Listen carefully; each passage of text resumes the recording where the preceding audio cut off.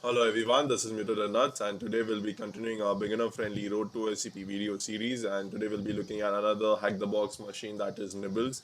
Nibbles is a comparatively easy box, and it is based on Linux. So let's just get started. So first thing, what I always do is I run an auto recon scan. So if you guys don't know what auto recon is, it's gonna auto enumerate things for you, like basic thing. So first thing is like if it'll do an nmap scan on your target IP, and once it does an nmap scan, it will probably check for open ports and services. Then once it gets to know about those things, it will run additional scans on that. Like probably if there is port 80 open, it will run like some GoBuster scans or some other nmap scans for port 80 only. Okay, so I'm running this as sudo because otherwise the sorry the UDP scan does not work in AutoRecon, so that's why you need to run it as root.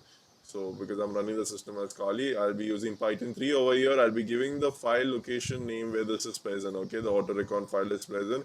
I'll be giving the target IP address that is 10.10.10.75 in the case of Nibbles, and I'll be giving the O switch for output, and I'll be giving the output directory as this. Okay, so I already did execute the scan because it takes some time to run. So let's just quickly look at the result. We'll look at the full TCP nmap scan. Okay, it does a scan for all the ports. If you can see, the commands also are mentioned over here. What command was used to run this particular scan? So okay, so we'll look at the result. We see that there is only port 22 open and port 80 open. Okay, so port 22 has SSH and port 80 has HTTP running. So obviously, first thing what we do is we just go and look at the web browser. Okay, so if we quickly go and 75, right?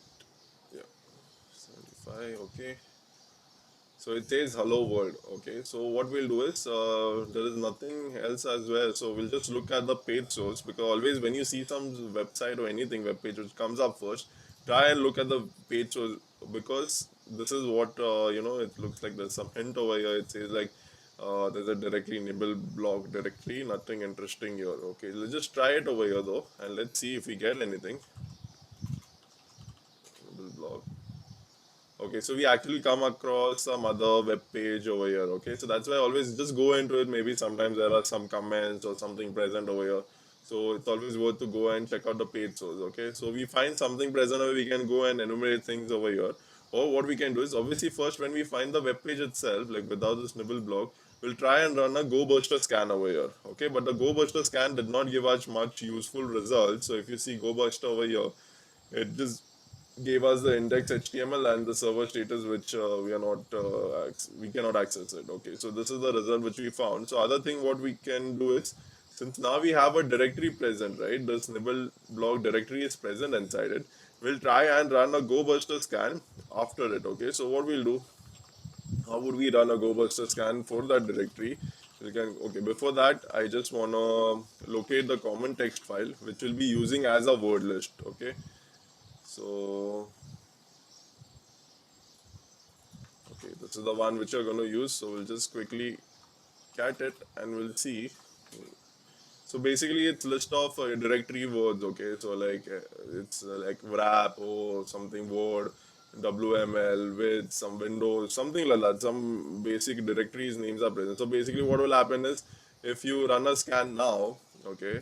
So if you just do not give this directory present, so it will run a scan over here, probably like Windows or like XML. It will keep on trying and and checking the entries from this particular tab over here, like wireless, wish list, with one on one. It will keep checking over here that hey, there a directory or file present over here.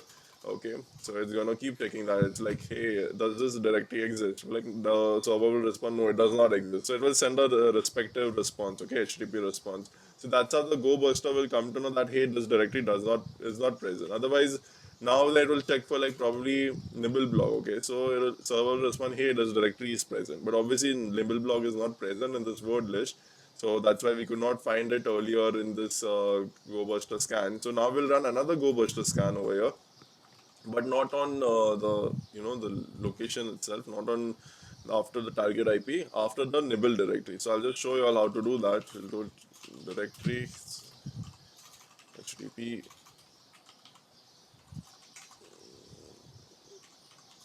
Oops, 75. Okay, So this is how we did the first scan. Okay, this is the result of that. This GoBuster common is the result of that scan. So now we need to do a scan in the nibble block directory, right? So we'll just add nibble block over here. Okay, the one which we found over here, right? This directory. And after that, we are gonna do the scan, and we'll be giving the word list as the one which we saw here. Okay, and we can probably output it as GoBuster nibble block. Okay, so we can output it as that, as well as we can give some extensions, probably like txt or something. I don't think it's very useful in this case, but yeah, we can run the scan, and if we do not find anything info, useful or something, we can probably give the extensions as well. So I already did execute the scan, and so basically I'll just show you all what this scan will do now. So first, earlier, right, it was doing a check over here, like Windows and then XML or something like that. But now what it will do is it will take nibble block, and now it will check for directories over here, like Windows and then XML, or probably test file, something like that. Okay, so it will check for directories after this nibble block directory, because you have entered this directory over here, right, the path. So after that, whatever comes over here in this space, it's gonna check for that. Okay, so let's just quickly look at the scan results, and we see what do we get among, from there. And we see we have multiple information present. It says like we have an admin folder, then we have admin.php, we have content over here, we have index, language, license, plugins, readme, etc. Okay, so we'll go one by one. We can probably check for the admin folder first, and we'll go over here at the admin folder. Okay, so we have directory listing present on this web page. Okay, so we can probably go and check out for more things over here. You can probably find anything useful, but I don't think I found anything useful over here in the admin directory. Okay, so other thing is we found an PHP file, right? So it says like PHP file over here, so we can go and get that.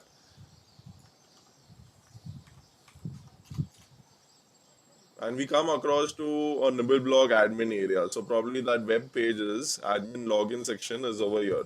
So probably there's a username and there's a password. We can probably add admin and check like default credentials. So you can go to the Nibbleblock website and check for their default credentials, and I enter it over here.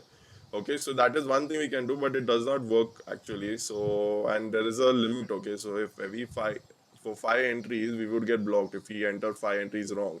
So I don't want to do that now, but I'm telling you, obviously you can add admin. Then the first thing is you can obviously, since I've noticed across many boxes, okay, before trying and going further for any directories or something, you can try and add admin, or you can try and write like username root and password as root or something, or admin. Another thing is even the box's name. Okay, so I know this is very CTF-ish that you have to guess the password and everything, but the box's name also can be very useful. Okay, so let's just pause on this first, and we'll just quickly look at the other things which we found. We have the content directory as well, so probably you can.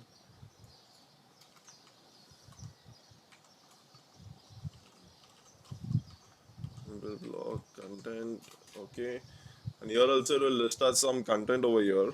And if we check out the readme, you can probably go and check out the license, readme, languages section as well. And if under interesting information is present over here, if you go and check out the readme file, we get to know the version number. Okay, so probably this was the version number of this nibble block directory, like the entire web application. Okay, so we have the version number, that is this. Okay, so we can just add it over here. Version nibble block. Okay, so we got 4.0. Sorry, 3. So what we'll do now is we can check for nibble block 0.3 exploit. Just simple search. Okay, it says some rapid. Okay, this is the Metasploit one probably from rapid. Okay, so we come across this another like POC article. Okay, over here it says like, okay, nibble block 4.0.3. So this is the one which you're looking for, right? This is our version as well.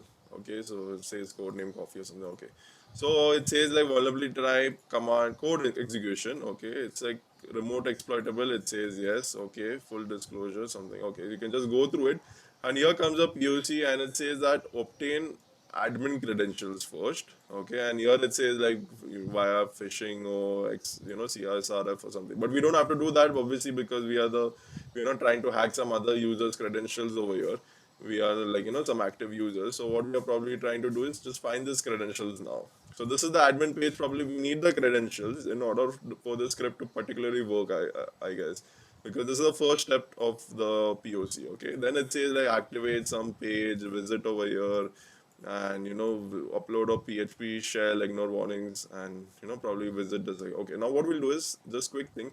I'll just take this for now. Okay, it says like probably after you upload a PHP shell, it would be uploaded as this. Okay, by the looks of it, if you read across. So what we'll do is for now, just FYI, we'll just go and check this particular directory. Okay, since directory listing is already available, we'll just go and check this directory. Okay, I think I pasted it wrong. Okay, and we see that there is one db xml file present. Okay, let's just quickly look at it, and there is no image php file present. Okay, so this file is not present as of now. So I think after we upload something, so this file will be created or something like that. Okay, so the date also it says like 2017, and if you look over here, it says like author name Daigo Najar or something like that. Okay, so I don't know how useful this is. Probably you can try it for username as well, but I don't think this is a username. So what we'll do is now we saw the script, we know what is going to happen. Okay, so we need to get admin credentials first. So let's go back to that content directory which we found. Okay, we found on the scan over here, content directory.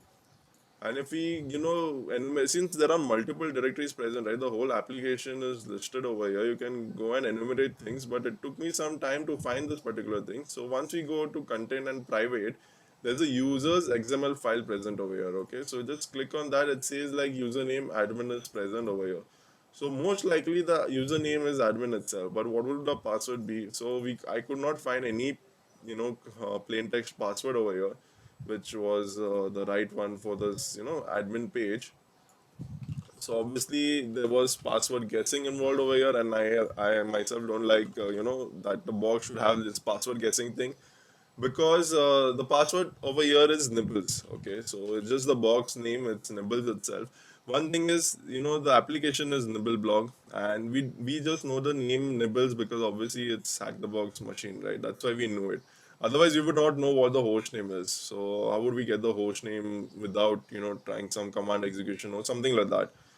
So we just have as admin and this particular thing over here. Okay, so that's the box. Nibbles is the box present, and that's it. So I don't think we can do anything much. So what we'll do is now we'll just quickly go and try and log in.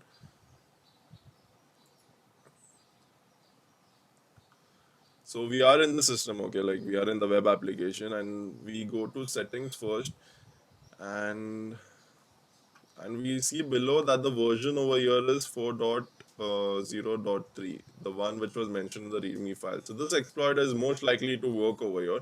So since we are already in this page over here, let's just go according to the POC. Okay.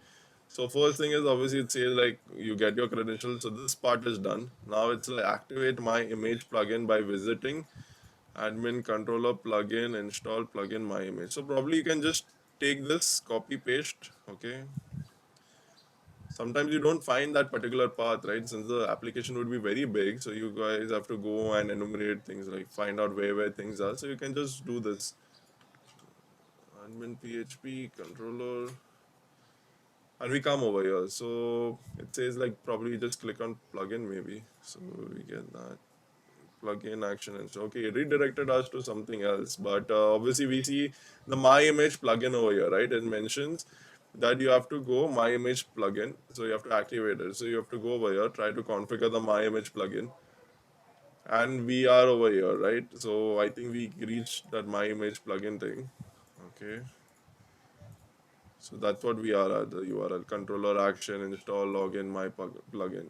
Okay, controller. Okay, so now it says like you can upload a PHP shell over here, ignore warning, that's it. I don't think you have to enter any caption or anything like that. So what we'll do is we need a PHP shell first. So we can get a reverse PHP shell, and I guess the one for with Pentest Monkey would work.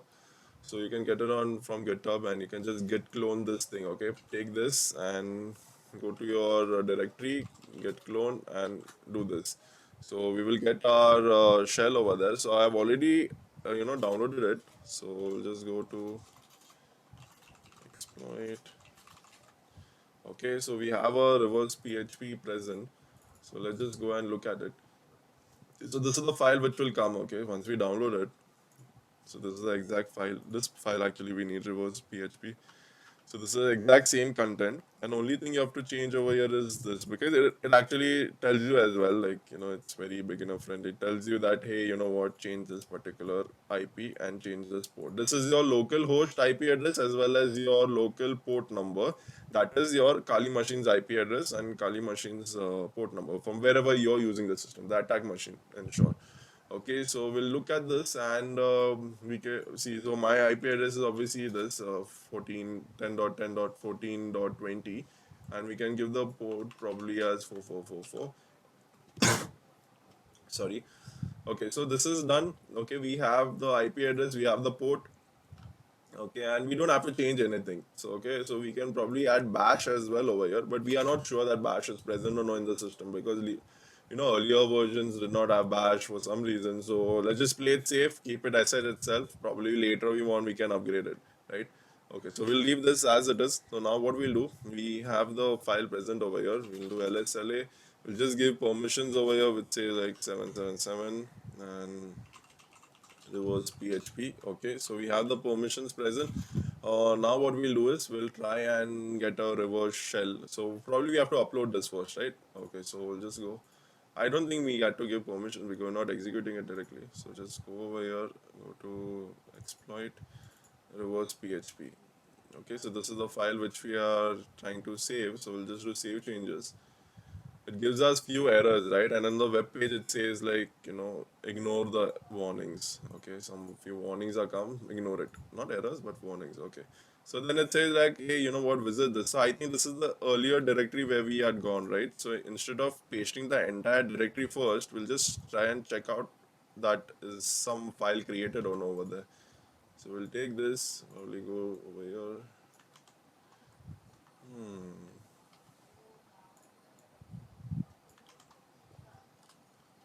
And we see that there is one image PHP file created. Earlier in the video, if you go back in the video, we started from this directory, right? And there was only DB XML present. So now that means image PHP has been installed. And if you see the date, it's like 26th April 2020.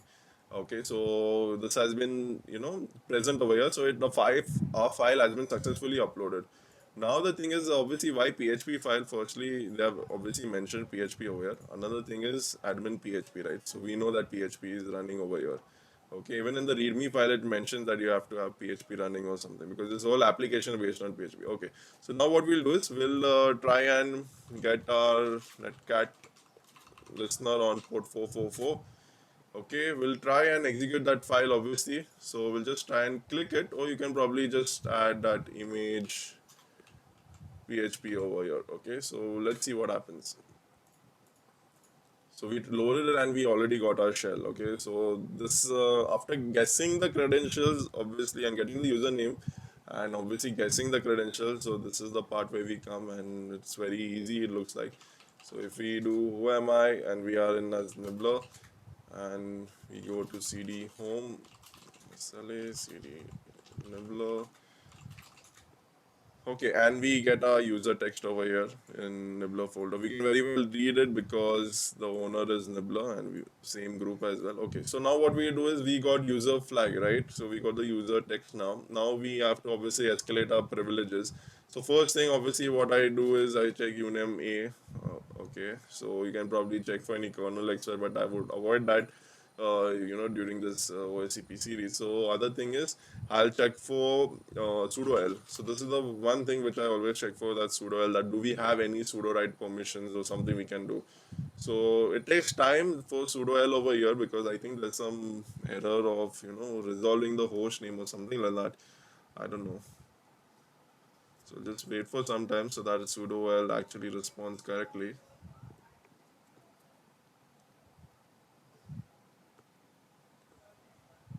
Okay, so we got the response, and it says that user Nibbler may run the following commands on nibbles as this root, no password, home, Nibbler, passwordless. Okay, so it basically says that hey, you can run sudo command for this particular file. So you can run this file. In short, you have to run this file.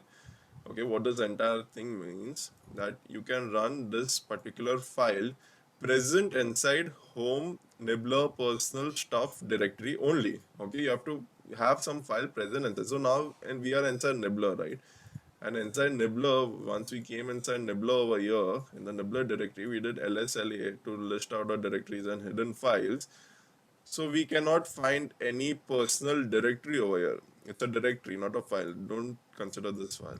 So it's a directory plus it's you require this particular another child directory inside personal, and then you need to have this particular file present inside the stuff directory. Okay, so you need to have this monitor sh file. So it has to be as because this is present in that sudoers file. So etc sudoers. So that's how we can run root command. Okay, so we can run this file as root and we don't have to give any password as well. So that's great, right? So we can probably try what our main motto is now. Since we saw this, we will try and add some reverse shell over here in monitor.sh and we'll execute it as root and we'll get a root shell. It's that simple as that. Okay, so what we'll do is first we'll go and make you. Okay, another thing is there's a personal zip file over here. You guys can probably go and unzip it and it will probably create a, a directory like personal stuff and monitor sh file as well. But we'll leave that for later because I think we can just go and create the directory. So if we do mkdir p over here, okay, so since, okay, I'll just show you all where are we now. We are in home nibbler, right? So this this requirement is fulfilled. Now we require a personal directory plus stuff plus some file monitor sh. So what we'll do is we'll just quickly check if we have some personal directory. No, we do not have. It's not even hidden. So we'll create a file and we'll also create stuff because obviously the parent directory only is not present. So obviously the child directory would not be present, right? Like if this is not present, obviously this will not be present. So we have to create both of them. So we'll just use the p switch in mkdir. So what the p switch will do is it will create stuff as well as it will create personal. So it will create both the directories. Okay, so if we don't do, I'll just show you all what will happen if I don't use the p switch. I'll create personal stuff. It will give me an error. Cannot create personal or no such file or directory because this personal directory is not present. So you cannot create that. So what will I do is I'll take an mkdir, I'll use a p switch and I'll be using personal and stuff over here. Now what this p switch will do is it's like, hey, you know what, if this personal directory is not present, then go ahead and create it because I need it for some task. Okay, so if I probably enter something else like stuff 3, it will probably go on adding all these directories. It will create personal first, it will create stuff, it will create stuff 2. Sorry, it will create, yeah, it will create stuff 2, stuff 3, and so on. And what if personal directory was present? It will be like, it will reach personal, like, hey, you know what, you're already present, so I don't need to create you. I will like, okay, stuff is not present, so create stuff and so on. Okay, so that's how it works. So you have personal stuff. So now if you do lsla, we have personal directory present, and we'll go inside cd personal. We'll do lsla again. We have the stuff directory present as well. Okay, we have the stuff directory present over here. Okay, so we'll go inside stuff. Okay, so now we need the other fulfillment over here. I'll just copy this. Okay, just in a cherry tree. Okay, so now we have fulfilled all these 4 requirements, right? I know this is very basic stuff. Many of you guys may obviously know what to do, next and do it quickly. But since this is a beginner friendly video, I'm just trying to explain like how exactly we will be executing this file. So now we have this monitor sh which is pending. Okay, so probably we need to create a file that is monitor sh.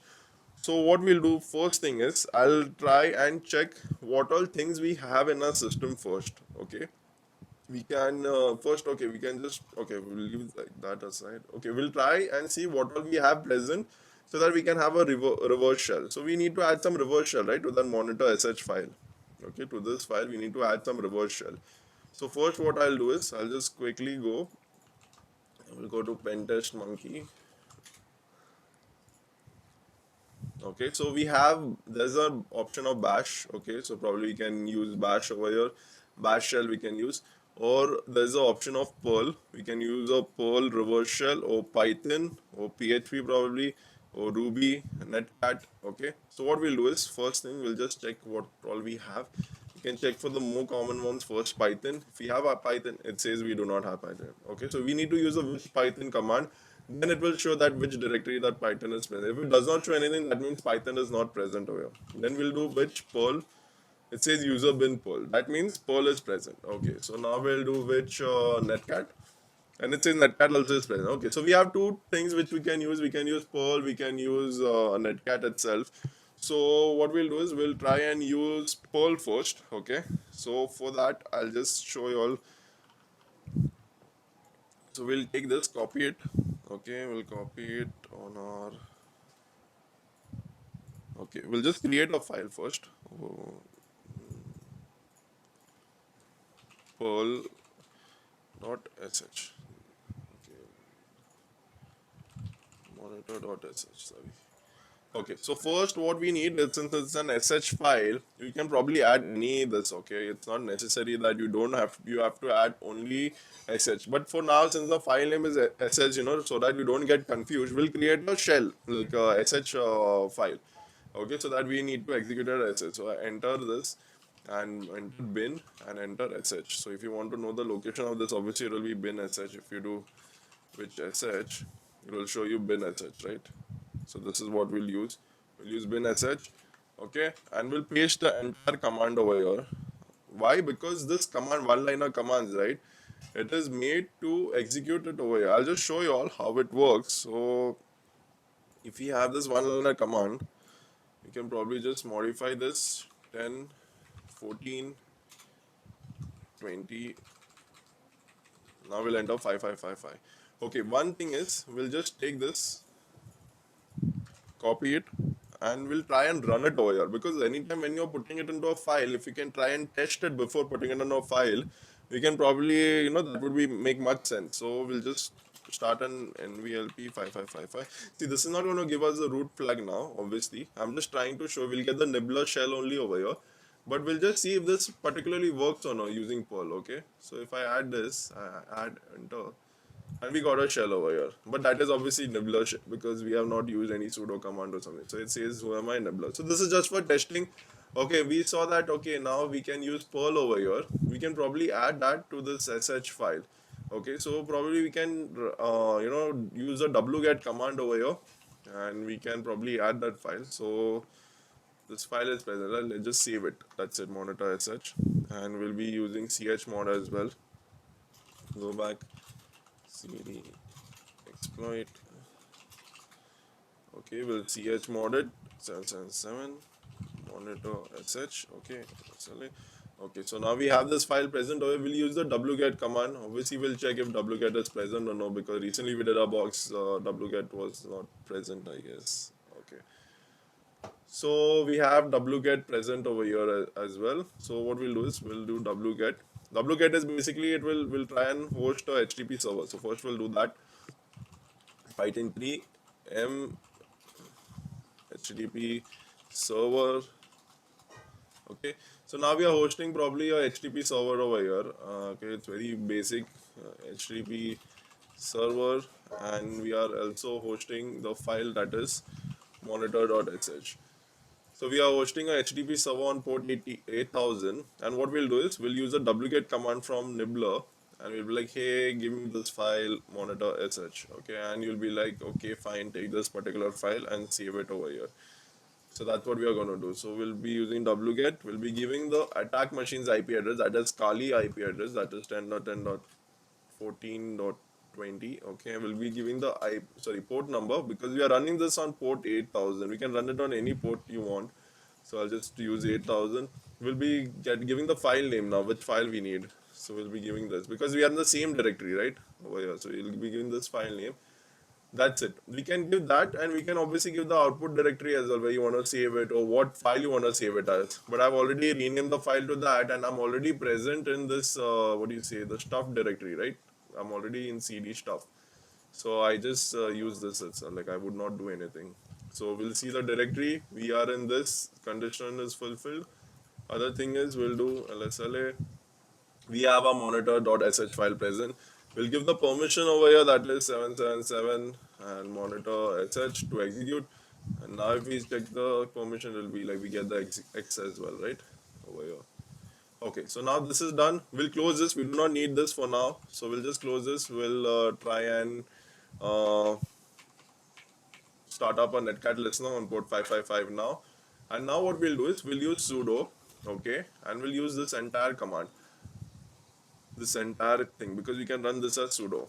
We can do that. I'll just show you all how it. We can do this and we'll just run it and see what happens. We have the monitor sh file present, and that file contains the contents over here, the Perl reverse shell. Okay, so what we'll do is we'll just press enter and see what happens. It may take some time because that sudo command, I don't know, for some reason it has some resolving issues in this box, so it takes some time to execute sudo commands.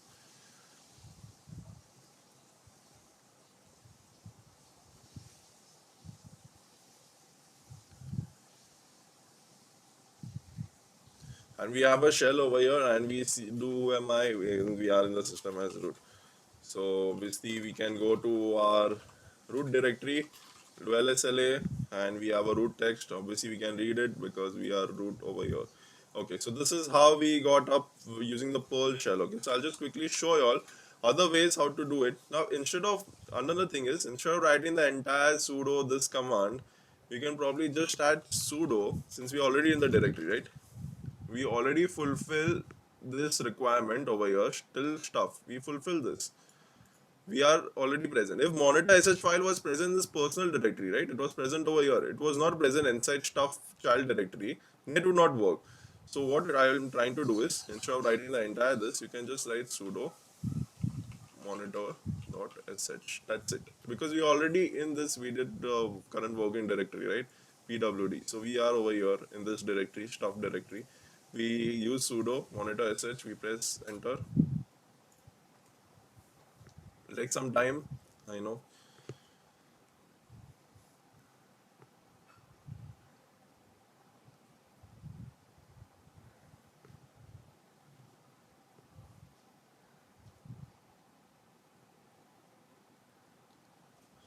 So eventually you got a shell over here, and we'll do who am I, and obviously we are as root.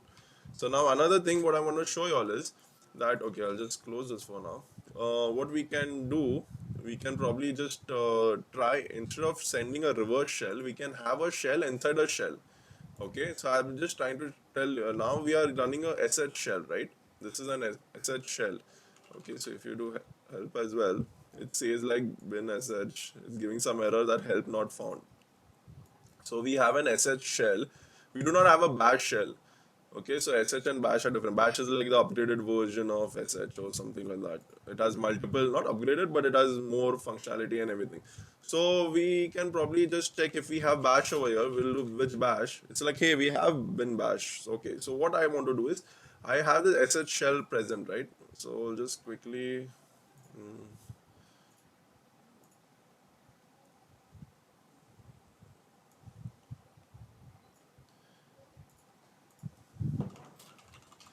So we have this sh shell present over here. Now I want another shell to be created, that is a bash shell inside of a shell. Okay, I'll just create another shell. I'll name it bash. Okay, color code it to make things look better.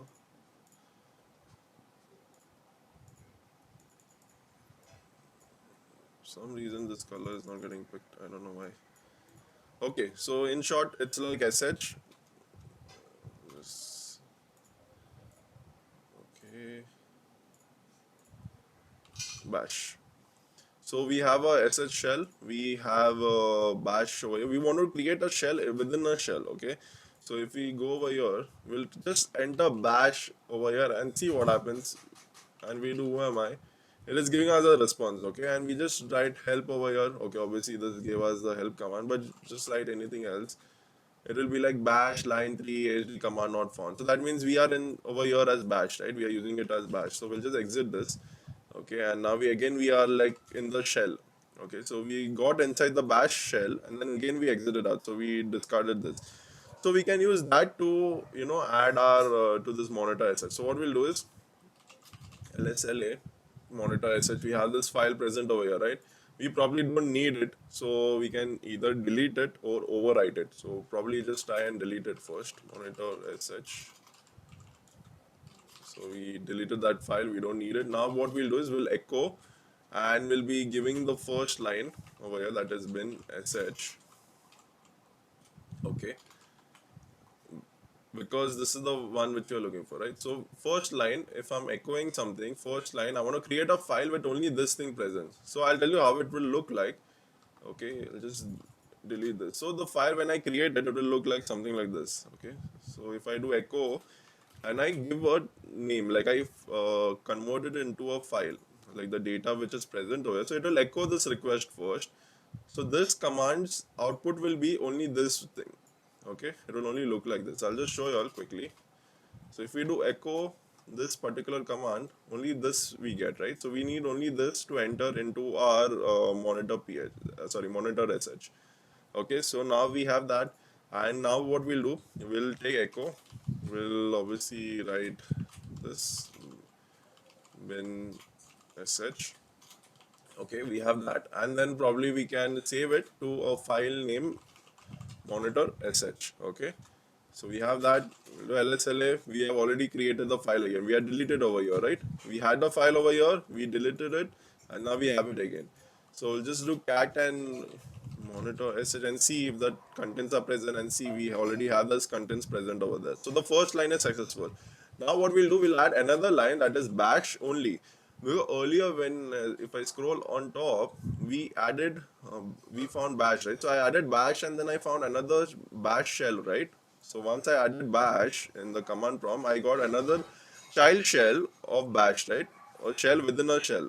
Okay, so I got that. So I want that to happen in the monitor sh file, so that we can use the sudo command and, like, you get a root baby shell or child shell. So I'll enter that. Now what I'll do is I'll not use this, and I'll not use monitor sh. Why? Because if I use this, this bash will override this particular thing. So I want to append it. Instead of, using that particular thing, I want to append it. See, if I use only one this, right? So what will happen is bash will come over here. Okay, bash will come over here. So I don't want to do that. What I want to do is I want to append it. I'm like, hey, next line, I want to do this. This is my outcome, final outcome, what I need. So I'll just do this and monitor sh. Okay, that's done. Now let's just cat the monitor sh file, and see we have both the lines present over here, right? So now next thing what we'll do is we'll do sudo and we'll do monitor sh. It'll take some time, obviously.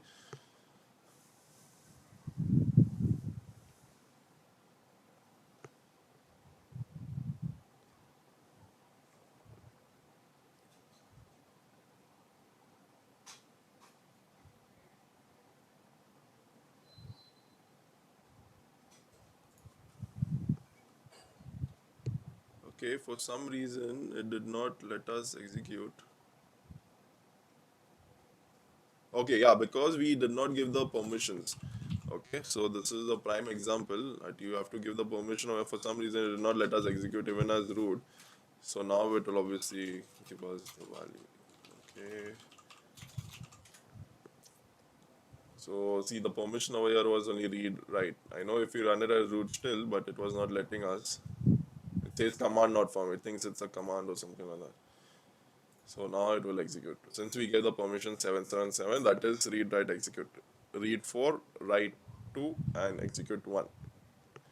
Okay, so it looks like we have something over here. Let's do who am I, and we are in root. Okay, so we do ID, we are in root, we do ifconfig, we do host name. Okay, so we can probably do all of that together over here as well. And then host name. Okay, so we can do all these three together. Okay, so we are in the system as root, so we can obviously exit this again. We can come back to Nibbler. Okay, another thing what I want to show is obviously you can use Netcat as well over here, and you can follow that monitor sh thing. So I just want to show you all how it will work. Obviously, how Netcat Connect works is, if you guys don't know, you can probably check it from here itself. So this we can probably use this thing.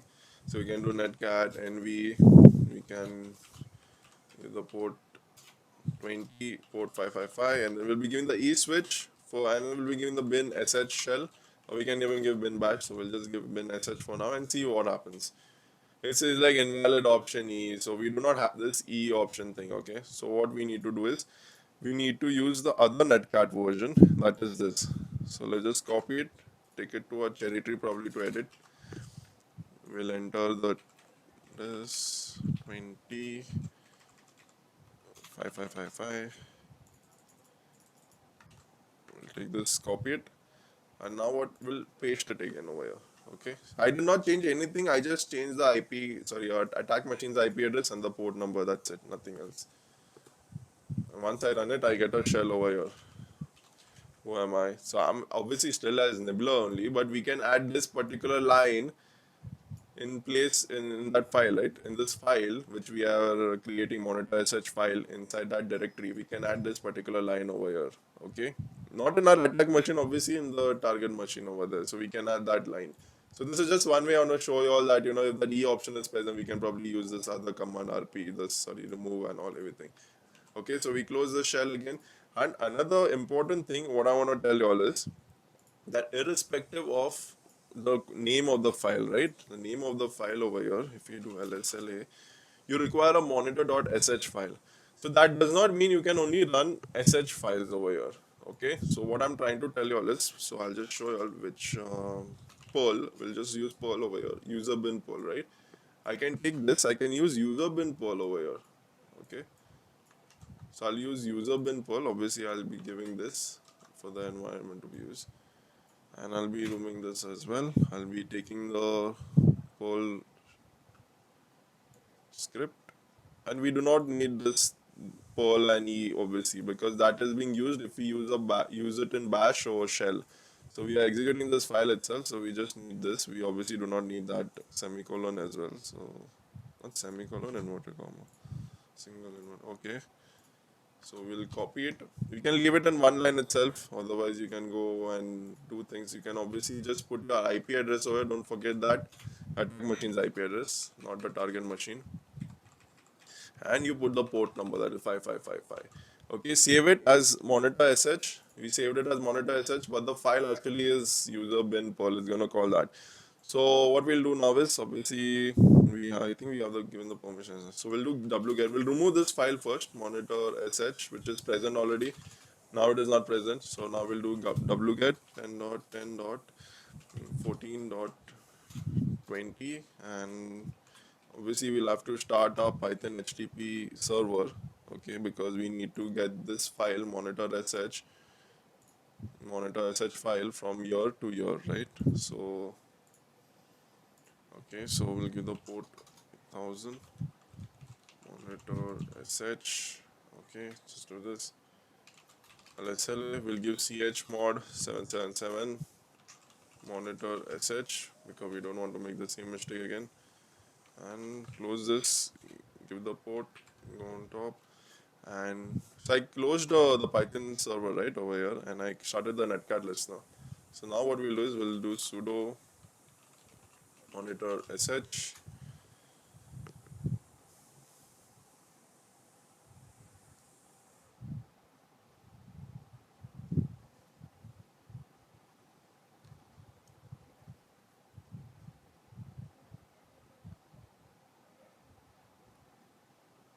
Probably just wait, it takes time. I don't know, the sudo in this box takes time. So we have the shell over here, and we do mi, we are in the system as root.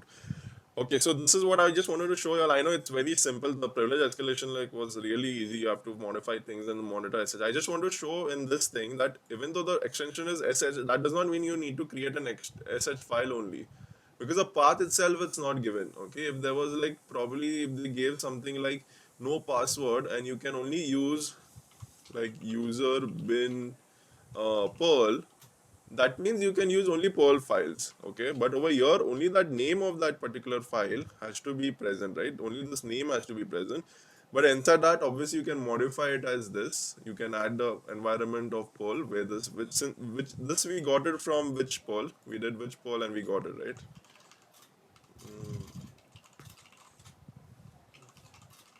Which Perl. So this is what we got it, right? We got it over here. So that's how we added that, and we added a Perl command then, like the Perl reverse shell over here, the one-liner shell. Obviously, we removed the quotes and everything. We removed that Perl, and I'll just show you all this thing. We removed this entire first part, and then obviously we removed this last colon as well, because otherwise there would be mismatch. So we removed this because we don't want to execute it as bash. So earlier we used this because we are executing as bin sh. So now we are executing as Perl, so we do not require that. Okay, so these are the few things that even if the extension says this, you can probably execute at the environment and add other payloads present. Okay, so this was the box, and it was very simple. I just wanted to show, since it was really simple, the privilege escalation. I just wanted to show multiple things because sometimes you may get stuck up, right? So you can probably check out different possibilities. Okay, thanks a lot, everybody. If you guys like the video, give a thumbs up and do subscribe to the channel. Thank you.